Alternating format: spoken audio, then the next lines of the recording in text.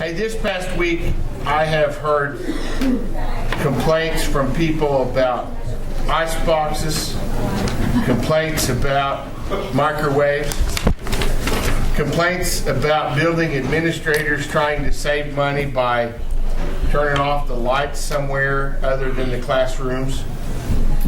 And some of them, it's sad to say, has been by educators. I don't know if the severity or the impact of the situation can be grasped by some or has not been grasped by everybody. But the amount of money that the Guthrie Public Schools District is going to lose this fiscal year will probably be increased next fiscal year. And the money that we're trying to save is going to save a job. It may be a job of someone that's here tonight. So I would like to let everybody in the community that has called, stopped by, posted on Facebook, or just scratched on the wall somewhere, that all they have to do if they want to find out the truth is to call a building administrator and talk to the principal at a school, because it's not true that we are using classrooms as refrigerators. It's not 30 degrees in the classroom or the hallway or the library. The lights have not been shut off by OG&E. The children can still see, but we're trying to reduce a $425,000 electric bill. And we did ask that computers get turned off at the end of the day and over the weekend. And we did ask that private refrigerators and microwaves be taken out of the schools, because we're trying to save people's jobs. And we're trying to give our children the best education we can with the money that we have.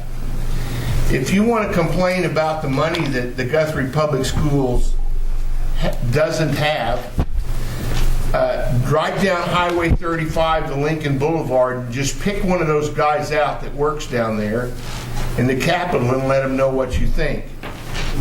Or paint a sign and stand on the corner somewhere.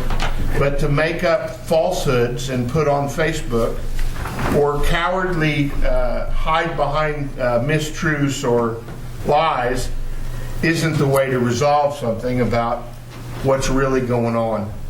The men and women of the Guthrie Public School District are doing everything they can to save money, to save a job, so there won't be 35 kids in a classroom next year. And I hope you're writing that down for the newspaper and in your Facebook page, because if they want to complain to somebody, tell them where I'm at, 107 West Cleveland, and tell them to come and talk to me about it any day. But to lie and to twist and to bend and to hide on Facebook is not the way to do it. Because I assure you that we're not making the kids go to school and weave their own blankets to stay warm. So it saddens me that we get to that point, but what I want to do is to tell you that, and I'm primarily speaking to the two guys in the back tonight, not to the class, the teachers and the educators in here. I want you to know that. But it's important that in times when things get tough, that people rally around their school and their educators and their teachers. It's not a time to start throwing rocks with everybody else, especially if you don't know what you're throwing them at or why you're throwing them. So I would ask that if people have questions, they ask someone who truly has the answer and get the facts. And to start with your building administrators at all levels. But I've checked with my daughter. I've called Chris today at the high school. The lights are on and we are open for business. And if there's any questions or concerns about that, call one of them or stop by and see a board member.